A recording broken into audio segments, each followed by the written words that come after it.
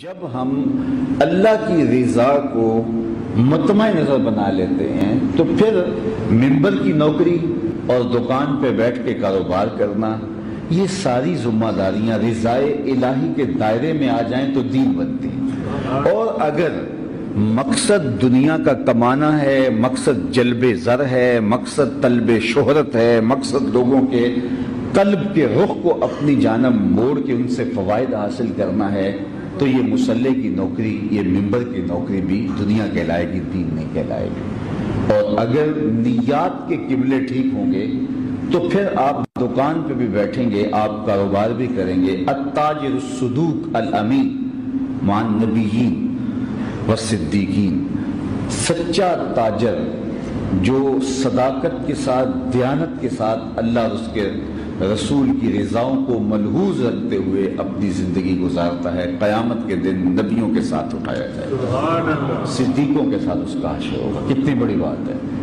تو اس لیے صرف مصلی کی نوکری ہی، تہجد کا مصلی ہی اور تلاوت کلام مجید ہی عبادت نہیں ہے۔ اگر تم کسی کی مدد کے لیے جاتے ہو اور تمہارا مقصد اس سے کوئی منفعت ذاتی نہیں ہے، تمہارا مقصد اس سے کل کلاں کوئی کام لینا نہیں ہے، بلکہ محض اللہ کا بندہ سمجھ کے اس کی مدد کے لیے جاتے ہو اور یہی تمہیں ملحوظ ہے، تو حضور علیہ الصلوۃ والسلام کا یہ کہ میں کسی کے ساتھ اس کی مدد کے لیے چلوں تو مسجد نبوی میں 1 مہینہ اعتکاف سے بہتر سمجھتا ہوں۔ تو یہ کسی شخص کی مدد، کسی شخص کی نصرت، کسی شخص کی اعانت۔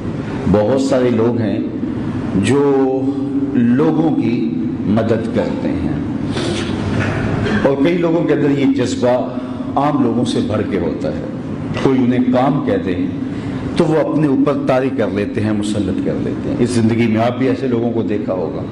کئی لوگ کر سکتے ہوتے ہیں، ان سے کام کہا جائے تو وہ ہوتا ہے، اور کئی ایسے لوگ ہوتے ہیں کہ جو کوئی کام کر سکتے ہوں تو انہیں کہہ دیں تو بعض اوقات کہنے والا سست پڑ رہا ہوتا ہے، لیکن وہ پیچھے پڑھ کے اس کام کو اس کی تکمیل تک پہنچا دیتے ہیں۔ ان کے اندر ایک وافر جذبہ، اللہ تعالیٰ نے ہر شخص کے اندر کوئی نہ کوئی صلاحیت فراوہ رکھی ہوئی ہے، تو یہ جذبہ ہوتا ہے۔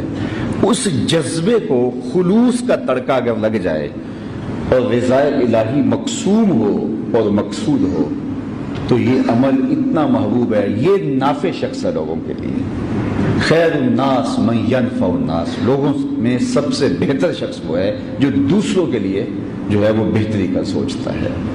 تو اللہ تعالیٰ جل شانہ نے یہ حضرت انسان کو بہتری کا راستہ دیا۔ جب کوئی شخص کسی کی مدد میں ہوتا ہے، اللہ اس کی مدد و نصرت فرماتا ہے۔ جب کوئی کسی کے کام آتا ہے تو اللہ تعالیٰ جل شانہ اس کے کام آسان فرماتا ہے۔ اور یہ بات ذہن میں رکھیے گا، جب آپ کسی کا کوئی کام رضائے الہی کے حصول کے لیے کرتے ہیں تو اس کا اجر بھی مرتب ہوتا ہے، اور پھر آپ کو کبھی مایوسی بھی نہیں ہوتی۔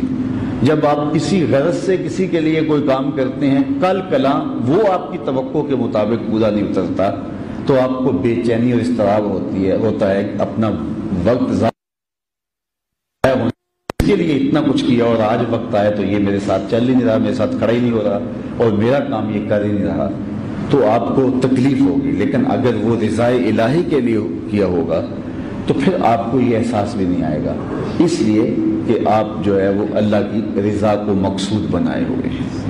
تو یہ بات کہ خیر الناس من ینفع الناس، لوگوں میں سب سے بہتر شخص وہ ہے جو لوگوں کے لیے